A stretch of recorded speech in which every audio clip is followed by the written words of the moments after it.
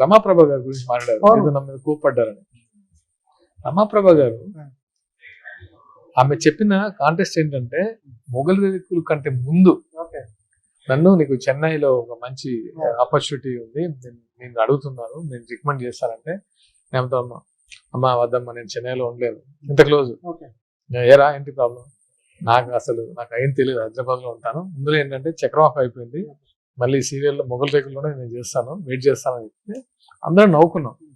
వీడు ఎంత అంటే ఆమె చెప్పినాడు, ఎంత చూడు అసలు ఫస్ట్ ఆఫ్ ఆల్ అని నేను నవ్వుకుంటూ అన్నదాన్ని అసలు ఇలా చేశారు. ఆమె ఫోన్ చేశారు, ఏంటిది నేను ఎప్పుడు కోపడ్డాను నేను అని. అంటే రాశారు, అసలు ఏమో చేస్తున్నారు అంటే ఇలా కూడా స్ప్రెడ్ చేస్తున్నారా అని. అయ్యో నేను అసలు నిజమా ఉంటే కదా ఎవరు, నాకు ఇండస్ట్రీలో శత్రువులు ఎవరు లేరు. నియంతృత్వంతో ప్రజా ఉద్యమాలను ఆపగలరా? బెదిరింపులతో ప్రజా గొంతుకను నొక్కగలరా? తెలుగువారి మనస్సాక్షి సాక్షి టీవీ.